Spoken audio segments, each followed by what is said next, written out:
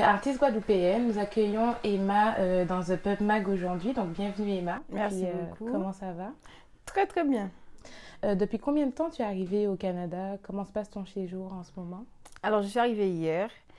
On a commencé par Ottawa. On a fait un show hier à Ottawa, franchement lourd. Et on est revenu à Montréal tout à l'heure pour le show de ce soir et on part demain. Donc, c'est un séjour au cours de 48 heures, mais très intense. Très intense. Et comment tu as ressenti le public d'Ottawa? C'était ta première fois? Et bien, du coup, alors, on avait un petit a priori, à dire vrai, parce que le promoteur nous avait dit que Ottawa, il connaissait pas trop le son, mais au final, on était très surprise parce que les gens chantaient, ils connaissaient. Franchement, on a été très bien accueillis. Donc, ça s'est super bien passé à Ottawa et puis j'étais super contente. Ah ben, génial. Du coup, pour ce soir, tu es au maximum. Oui, parce que je sais que Montréal, il y a une grosse communauté antillaise quand même. Donc, voilà, je sais qu'il n'y a pas de souci. Non, il n'y a pas de problème. Qui est Emma? Puis, qu'est-ce que tu faisais avant que l'on t'ait découvert avec Santorini? Alors, qui est Emma? Emma, c'est moi, déjà. Et puis, eh ben Emma, elle a quel âge? Elle a bientôt 26 ans, guadeloupéenne, qui... En fait, il faut savoir que Santorini, c'est ma vie du week-end, mais ma vie de la semaine, c'est totalement... Ça n'a rien à voir, c'est-à-dire que moi, je travaille dans une administration. Donc, c'est pour ça qu'à la base, je souhaitais rester anonyme, mais bon, avec la force des choses, j'étais obligée de... d'être sur le devant de la scène. Et c'est pour ça que j'ai même pas eu le temps de créer un nom de scène, puisque voilà, donc tout le monde me connaît sous mon vrai prénom. Voilà. Comme je dis, je suis quelqu'un qui quand même a la tête sur les épaules parce que mon travail à côté, c'est ma priorité. Et puis la musique, c'est vraiment pour le fun, pour profiter. Donc avec notamment Rosa, qui est aussi sur le son. Qu'est-ce que je peux dire? J'habite en Guadeloupe, je suis super heureuse dans ma vie. Et puis... voilà. Puis, qu'est-ce qui t'a donné envie de commencer la musique? Puisque je vois que tu veux rester à temps partiel, on va dire. Mais qu'est-ce qui t'a donné envie de sortir ce morceau? Et puis, est-ce que c'était le premier que tu avais fait? Je fais pas de musique. On va dire que c'est vraiment tombé sur Rosa et moi. Alors, je vais t'expliquer comment ça s'est passé. Donc, on était chez...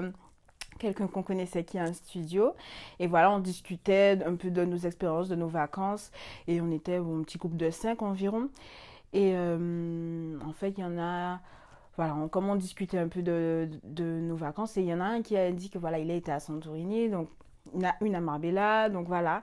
Et c'est parti de là où la personne qu'on connaissait nous a dit justement de poser un son. Donc on a cherché un inscrit sur YouTube et vraiment c'était entre nous. Et puis on a posé le son, bon il devait être minuit, en 1 heure c'était terminé et puis on a continué nos vies. Donc le son était vraiment sur nos audios, sur notre WhatsApp, donc c'est un audio WhatsApp qu'on écoutait vraiment qu'entre nous. Et on le postait de temps en temps dans nos stories et c'est vraiment là où ça a pris de l'ampleur, c'est-à-dire que beaucoup de personnes demandaient qui chante, d'envoyer le son, donc chaque fois on était obligé de donner nos numéros de téléphone et puis après bon, on a décidé de le mettre sur YouTube vraiment de façon anonyme, comme ça on mettait le lien et puis c'était terminé et puis après de là donc les plateformes et puis les showcases et puis moi devant vous, voilà. Quelle a été ta réaction quand tu as vu l'ampleur que le morceau a pris? Est-ce que tu t'y attendais? Alors, pas du tout, parce que du coup, pour nous, c'était vraiment quelque chose entre nous qu'on partageait à 5, puis à 10, puis à 20. Mais ça restait vraiment dans le cercle, ma famille, mes amis. Mais je pense que le morceau a vraiment pris de l'ampleur avec le challenge TikTok de Cécilia. Et puis là, on était quand même choqués, on était surprises, on était super contentes. Ça nous a fait beaucoup plaisir, mais c'est vrai que nous, je sais même pas si on réalise encore. Je pense que quand ça va vraiment redescendre, on va se dire, ouais, on a fait quelque chose de bien, d'inattendu, mais de bien quand même. Donc voilà, moi je suis juste là pour profiter. Je me pose pas beaucoup de questions, et puis voilà, c'est tout. Mais c'est vrai, puisque grâce à TikTok, vous avez une ampleur quand même internationale, puisque le public visé a été vraiment élargi avec... Voilà. Ben, du coup, nous, on n'avait même pas de public visé à la base. Donc, il y a le challenge a quand même plus de 20 millions de vues. Donc, voilà, on est contente. C'est vrai. Puis, est-ce que ton quotidien, il a changé? Est-ce que tu as vu une différence dans ta vie après la sortie? Alors, une différence dans ma vie, on va dire ma vraie vie, pas vraiment. C'est juste, c'est vrai que quand je sors, on me reconnaît, on me demande des photos, des choses comme ça. Mais sinon, je suis un peu plus occupée parce que j'ai beaucoup plus de choses à faire. Mais sinon, je mène quand même la même vie en général. T'as pas trop Le de week-end, ça change. Mais la semaine, Il y a deux Emma, les Emma de la voilà. semaine et Emma du week-end. Exactement. Et on t'a vu aussi performer à l'Empire, Oui, à Paris, et également au Carnaval de Montpellier, si je ne me trompe pas. exactement. Est-ce que c'était tes premières scènes? Pas du tout. Alors, ma toute première scène, on l'a faite au Gosier début novembre. Et on a fait beaucoup, beaucoup de scènes avant d'arriver à l'Empire. Donc, Tu étais déjà rodée. ah oui, oui, oui. Et comment tu vis, parce qu'il y a des fois les artistes préfèrent la partie où ils produisent. Bon, après toi tu m'as dit que c'était juste pour un amusement, mais comment tu as ressenti ton expérience sur la scène? Moi, j'adore la scène. Franchement, j'adore la scène. C'est vrai que la première fois, surtout ma maman, elle avait un peu d'a priori. Elle avait peur que, par exemple, je tombe, que les gens me huent. Je sais pas pourquoi, mais bon, bref. Et puis, non, franchement, ça s'est super bien passé dès la première fois. Donc, je pense que c'est ce qui m'a donné envie de continuer. Et puis, le public, franchement, c'est toujours du love. Et puis, le son, quand même, là, le son tourne depuis le mois de septembre.